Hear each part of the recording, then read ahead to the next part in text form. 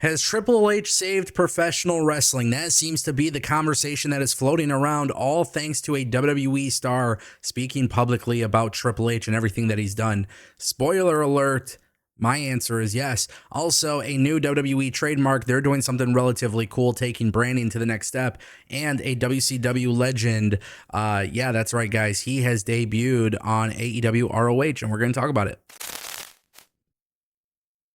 What's going on, everybody? Welcome back to the Ango Show. Thank you so much for tuning in. I want to kick things off with WWE Snackdown. That's right. We're calling it Snackdown because it's all about the munchies when it comes to WWE. They have filed this trademark. And look, guys, WWE is very obsessed with intellectual properties and IPs and trademarks and everything like that. But now they've just applied for a brand new trademark with the USPTO.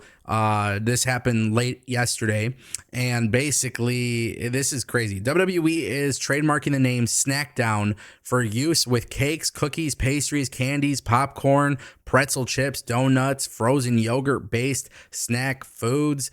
They are going even to greater lengths because this is going to be something where I think WWE might be getting into the food world. WWE's trademark covers retail and wholesale distribution and consumption on or off the premises. So basically what I'm thinking is WWE is going to be working with this branding, and they're going to be offering concessions at their events that are WWE branded. Now, I know this might sound silly, but ultimately, at the end of the day, WWE wants brand awareness. They want their brand everywhere. And if you can imagine, you go to a WWE event and you're getting, I don't know, Demon Popcorn named after Finn Balor, or Roman Reigns Tootsie Roll. I don't know. I'm just coming up with some random stuff on the spot. But my point that I'm trying to make is it seems like WWE is thinking about the branding. They're thinking about the things long term. And obviously that equates to more money for the company. And they probably will have it very synonymous with their brand, so you know that you can only get it at WWE events. I think it's very interesting, and who knows, maybe WWE even gets to the point where they get this stuff in actual stores, right? Like imagine you're walking into a Kroger, a Meijer, a Walmart, 7-Eleven, I don't know, just naming a couple different stores, but imagine you walk in there and there's literally a WWE section, and maybe with some of the popcorn, it might have a picture of Cody Rhodes, and Roman Reigns is on the cover of a chocolate bar, and Logan Paul is on a bag of chips. I don't know. I'm just throwing out examples, but it is very much a very interesting situation. So we'll see what happens there. That brings us to our next topic, ladies and gentlemen. WCW's Crowbar has made a surprise debut at the Ring of Honor Baltimore tapings. Now, AEW ROH, obviously, it's a work in progress. Still no TV deal. I don't know if this will help them get one. But he made his debut for the company. He faced off against Lance Archer in singles competition, and he was not able to win. Now, I don't know why Lance Archer is being utilized on Ring of Honor when he's an AEW guy, but this is AEW and ROH, and that's basically what it is. WCW's Crowbar, you guys may remember him. He's had a very long career. We haven't seen him in a while. He came out and he tweeted, "I love pro wrestling. 34 years getting to do lots of great and cool things I never expected and to hear. Yeah, here's another great blessing to be grateful for. Thank you, Tony Khan, Ring of Honor, and AEW." We know that he made an appearance in AEW, actually, on AEW Dark Elevation, which is so funny because that's basically what Ring of Honor is now. It's basically like Dark Elevation. But the truth is, to me, man, like the way I kind of look at this is like, cool. I'm glad you have found a way to make somebody happy, I guess. But the reality is that, what are we doing here, Tony? What are we doing here? Ring of Honor is not a brand that is valuable, and you're wasting Lance Archer's talents on there. And I don't know, man. I don't know. It's so unfortunate too, man. When you pay attention to everything AEW has done, it's just really. People often think that I'm such an AEW hater.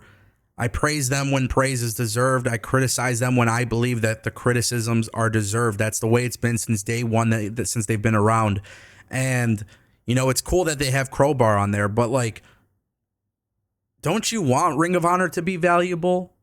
Do you really want a TV deal for Ring of Honor?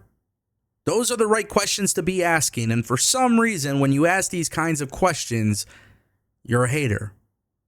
I don't know what AEW is doing, but what they are doing is simply not working. And it's very, very unfortunate, especially with Ring of Honor. But as always, I'll make sure to mention this because I always mention this. The way Ring of Honor is being utilized today, at the very least, is way better than Sinclair Broadcasting when they were the owners. However, I'm not going to change my tune. Something needs to change with Ring of Honor. Now would be the best time to remind you that we have a major goal to hit 100,000 subscribers. Over 40% of the viewers who watch this channel are not subscribed. Please click subscribe if you enjoy staying educated on everything with wrestling news.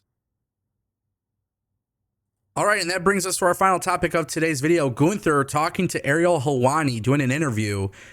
This has caused quite the conversation on social media.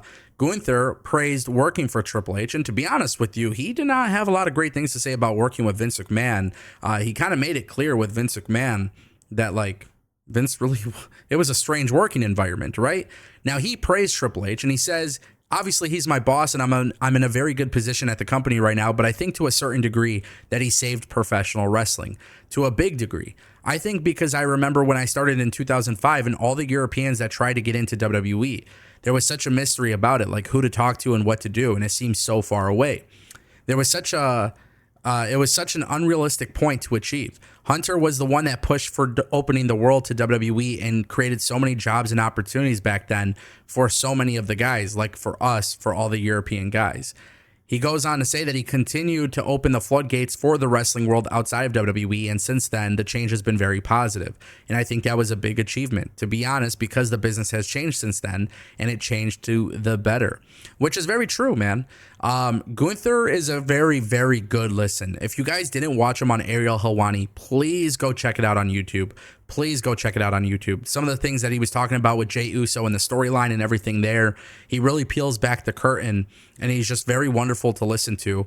To me, the way that I kind of looked at this, and it made me so excited, truth be told, it's the fact that WWE did absolutely save professional wrestling because Triple H understood. He understood the assignment. We saw it with NXT UK. We saw it with WWE bringing in more international talent. He really did do a lot of that. And Gunther is presented as a massive star. And usually foreigners really aren't given that opportunity in WWE. Yes, there are some case scenarios where that has been the case. But for the most part, you don't tend to see it. And Gunther has absolutely killed it in his role.